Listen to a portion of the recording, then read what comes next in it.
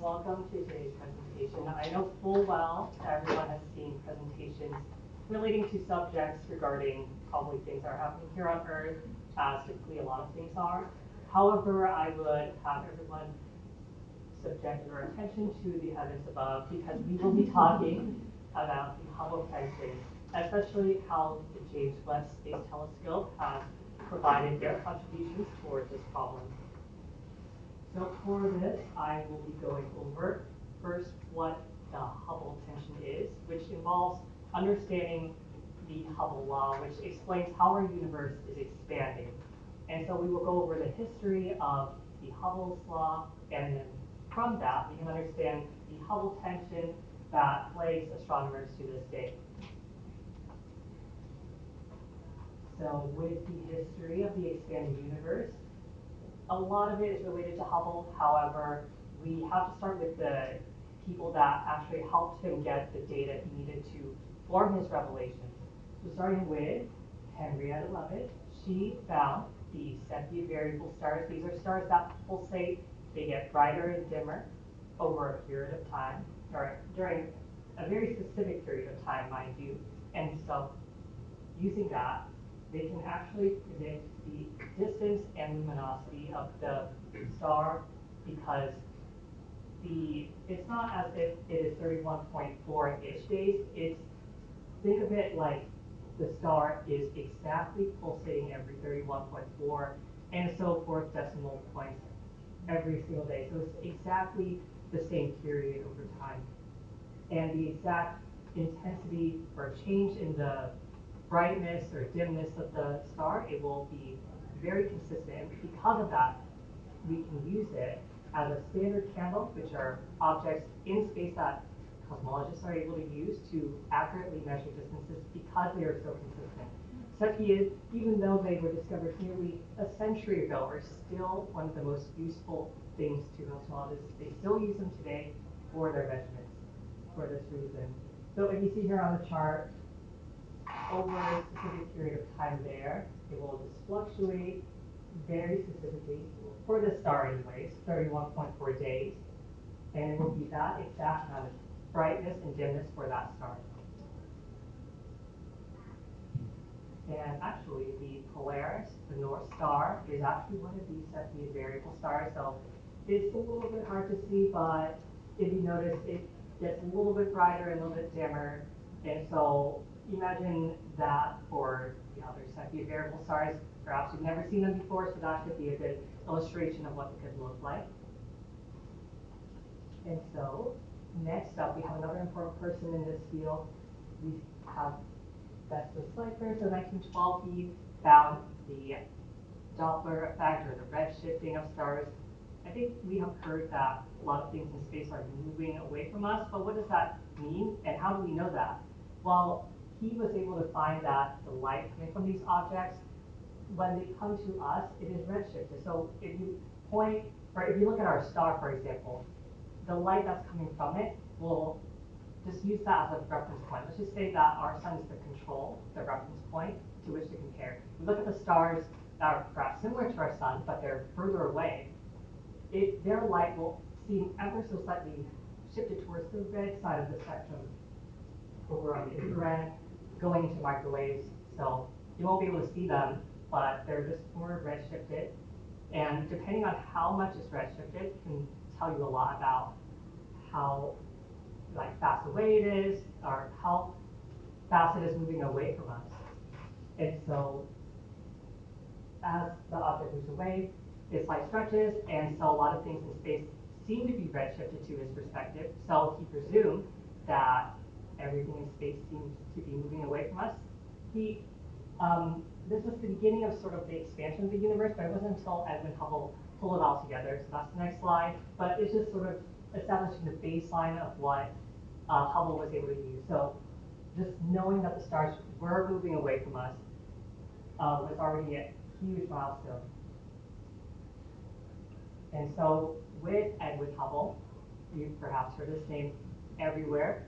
That's why the Hubble telescope was named after him, because he was able to provide us such a huge, big, broader understanding of how this universe works. Because previously we thought that the universe was just our galaxy and that there was nothing else outside of that, or that it was static, it wasn't moving or expanding or doing anything like that.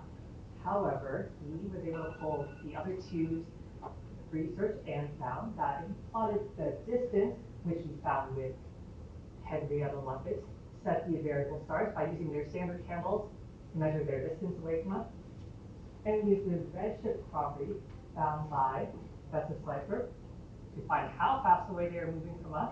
By observing how much they redshifted, we can find a linear slope that connects their distance and their velocity. In other words, the further away it is from us, the faster away it seems to be moving away from us. So if you've ever seen y equals mx, it's the most difficult math in this entire presentation. But y equals mx can be written as such to describe that. So instead of y, you get v for velocity, and then you get d for distance. And then the slope, we call that just h naught, or Hubble's constant. That's just the slope of the line right there. And you see there's a couple of different values there. We will discuss that. That's the Hubble tension. But basically the slope is roughly similar. And so you can see this in the raisin bread I included here, but basically when you cook it, the raisins all expand equally, so then things that are further away, they increase by that factor. So it seems that objects moving, that more distance seems moving further away, because it's just by that factor. And so the first method of observing the Hubble constant, measuring that slope of the line, is by the Cepheid, which is what they've been doing. It's just, we start off with the parallax, which if you've ever wondered why we've had two eyes, it's because it allows us to see depth in space, in just not like literal space, I mean just the space around us. So just because we can see things from different points of view, we can, in our mind, triangulate where it is in space. And so we're able to use that on a much larger scale to measure those distances. So you see here, we use the Earth as our pair of eyes. We have the summertime up there, we're on, let's say, the left side, and then on the winter time, we're on the opposite side of the sun, and so we are getting these two perspectives on a star. Let's say the nearby star here. You see it's on the right and left. Using some math, you can figure out where it is in space. And so with that, we can further expand on how far we can see into space. So we use the cosmic distance ladder. So it's a ladder in space that allows us to just use each foundation that we found before as a baseline for the next distance we find further out in space. So with the earlier method, we were able to determine with the Gaia Space Observatory, so it's very specialized in finding parallax of these stars, so it uses that. And then moving further away, we can look at the Type 1a supernova. It happens when a white dwarf, two white dwarfs collide, or a white dwarf absorbs too much matter from its orbiting partner star. So in either case, it will just cause a supernova. It's actually really accurate, like the Cepheid, and so we can use that to measure distances in space. Not the star itself. The star will be in a galaxy, and so we'll measure that galaxy away from us.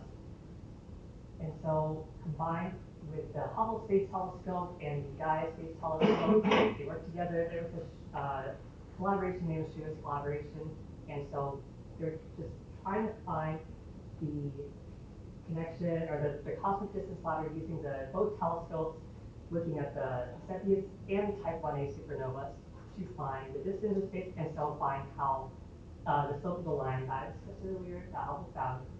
And so there's a second method that we found later on with better technology, with observing the cosmic microwave background, the remnants of our universe. And so when our universe, during the Big Bang, it expanded, but it was a hot plasma that you can't see through, unfortunately. But after some time, it cleared up, and then the light was able to escape into the universe. And we see it today. It's just really, really, really, really red. And so it's in the microwave end of the spectrum. They're very red. It's called the cosmic microwave background for that purpose. And so There's another observatory named the Planck Observatory, which observes the cosmic microwave background to inform us of how the universe has evolved from that point in time. And so is what it looks like if you've seen it before. This is the comparison. The WMAP is just the predecessor to Planck. So the Planck measurements that we see for the cosmic microwave background, so just a lot more clear on what we can see. But it just looks like just more spots are more dense, so or more hot. It's just the redder parts, and then the blue parts are less dense parts of the universe. And so we just assume that everything in space is roughly the same, pretty much. I mean, there are some parts that are more dense and some parts are not as dense, but on the average, everything seems to look about the same, or we assume. And with this assumption, we can actually predict, again, the expansion rate of the universe. And so it's just a lot of fancy words. It's just saying everything looks the same everywhere, wherever you look, it doesn't matter what. But again, just this assumption, we're not 100% sure. But we're using this as a basis for a lot of things that we do for astronomical measurements. So we hope. And the Hubble tension, of course. Well, turns out the two methods don't agree. We found that this W is WMAP, and then P is the Planck, and then the JWST Hubble Space Telescope I discussed earlier. It's just the important part is that for the Cepheid method or the supernova that method, it's just here. The star is just where their prediction is, and then the bars to the top and bottom are the error bars. Now they're accurate to within this percent or decimal point, basically. But early on, it seemed to coincide, but technology got better, and we found more precise results, and so they just were not statistically agreeing with each other. Statistically significant difference between these measurements, which is a problem because we can't really understand how the universe evolves, so we can't even determine the constant that determines that evolution. This is just a diagram of what telescopes we're using. So Hubble guys are like visible light here, and then that is more infrared, and then we have Planck, which is more of the cosmic microwave background. And so with that, with the James Webb Space Telescope, it observes in the near infrared.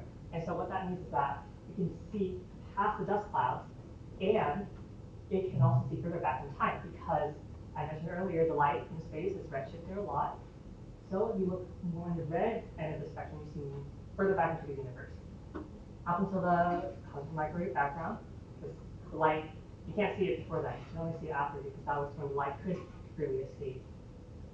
Anyways, it's able to see further back, and it can see past the dust clouds, which that phenomenon is called extinction. It looks like there's a void here, but there's not a void, it's just a lot of dust, so you can't really see through it. But lo and behold, with James Webb, you can see right through it, much better. So on the left is the Hubble Space Telescope on the latest creation. With James Webb, we can see right through it, and it's just a lot clearer because of that. So you can also get higher resolution because of that too, because not only are we seeing past the dust, but we can see further back in time. We get greater resolution of things we were previously seeing with the Hubble Space Telescope. And so Adam researched into this with the James Webb. This was actually a few months ago in October. Well, I say a few months, it's been a while. This is pretty much in October, this a few months ago. We found that actually the James Webb is very much agreeing with what we had already found for the Hubble Space Telescope. So then, I like that he named it crowded no more, because it literally just means that no longer are the stars seemingly crowded together. We can disperse them, resolve them in each little fine point, and be able to accurately measure it that way. And so Hubble tension has its problems, notably that I mentioned earlier our assumption on the cosmological model. We have to assume that the universe is the same everywhere, because our Hubble constant has to imply that it is a constant thing. The universe has a constant rate at which it expands, so it has to be constant everywhere, but we don't know that for sure. And a lot of problems arise from that. So there could be an error measurement because maybe we're in a less dense part of the universe and that actually is significant maybe, or so that leads into the cosmic distance ladder, because then if you don't have the right baseline, then how can you have the rest of the baselines for that? You have to have the first baseline that establishes the rest of them, so it just falls apart if you don't have that. And then for the cosmological principle, it's just, if it's, the universe is not the same everywhere, then that means maybe the Planck's observations are wrong because it's just so off. It thinks that everything's the same everywhere, but you can't make predictions off of that, and so that's a potential problem or a potential reason for why the problem exists. And so it remains unresolved, unfortunately. We do need more data. There's a lot of theories about different things, and a lot of scientists are looking into different avenues, but we don't know for sure yet. It's just a developing research. It's actually fairly recent for our era.